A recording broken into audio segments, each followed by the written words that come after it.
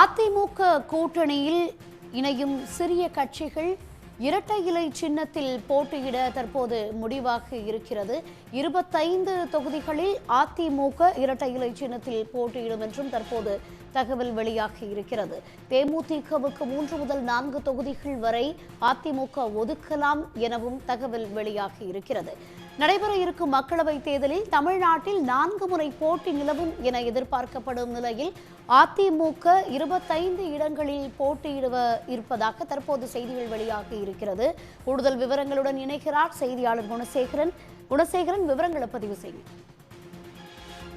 வரும் நாடாளுமன்ற தேர்தலில் தமிழகத்தில் 4 முனை போட்டி என்பது நிலவ இருக்கிறது. ஒருபுறம் திமுக அதன் கூட்டணி கட்சிகளோடும், ஒருபுறம் அதிமுக அதன் கூட்டணி கட்சிகளோடும், பாஜக தலைமையில் ஒரு அணியும், அதே போன்று நாம் தமிழர் கட்சி என 4 முனை போட்டி என்பது நிலவ இருக்கிறது.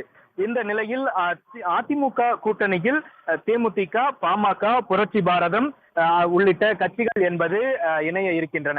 இந்த கட்சிகளுக்கு ஒதுக்கப்படக்கூடிய அந்த தொகுதிகள் என்பது தமிழகம் மற்றும் புதுவை என மொத்தமாக இருக்கக்கூடிய அந்த 40 தொகுதிகளில் அதிமுகவினுடைய வேட்பாளர்கள் நேரடியாக 25 தொகுதிகளில் போட்டியிட இருப்பதாகவும், 5 தொகுதிகளில் கூட்டணி கட்சி வேட்பாளர்கள் இரட்டை இலை சின்னத்திலும் போட்டியிட வைப்பதாக அதிமுக தரப்பில் முடிவு செய்யப்பட்டிருக்கிறது. மீதம் இருக்கக்கூடிய அந்த 10 தொகுதிகளில் தேமுதிக மற்றும் பாமகவிற்கு ஒதுக்கப்படலாம். அந்த 10 தொகுதிகளிலும் அந்தந்த சின்னங்களில், அதாவது தேமுதிக அவர்களது முரசு சின்னத்திலும், பாமக அவர்களுடைய மாம்பழம் சின்னத்திலும் போட்டியிட வைப்பதற்கான முடிவு என்பது எட்டப்பட்டிருப்பதாக தகவல்கள் வெளியாகி இருக்கிறது. அதுவும் குறிப்பாக அதிமுக கூட்டணியில் பாமகவிற்கு 6 அல்லது 7 தொகுதிகளும், தேமுதிகவிற்கு 3 அல்லது 4 தொகுதிகளும் ஒதுக்கப்பட இருக்கிறது. அதே போல எஸ்டிபிஐ கட்சிக்கு ஒரு தொகுதி, மத்திய சென்னை தொகுதியும் ஒதுக்கப்பட இருப்பதாக தகவல்கள் வெளியாகி இருக்கின்றன. அதே போன்று சமத்துவ மக்கள் கட்சிக்கு சரத்குமாருக்கு திருநெல்வேலி தொகுதியும், புரட்சி பாரதம் கட்சிக்கு திருவள்ளூர் தொகுதியும், ஸ்ரீதர் வாண்டியாரின் மூவேந்தர் முன்னேற்றி கழகத்திற்கான மயிலாடுதுறை தொகுதியும் ஒதுக்கப்பட இருப்பதாக தகவல்கள் வெளியாகி இருக்கிறது.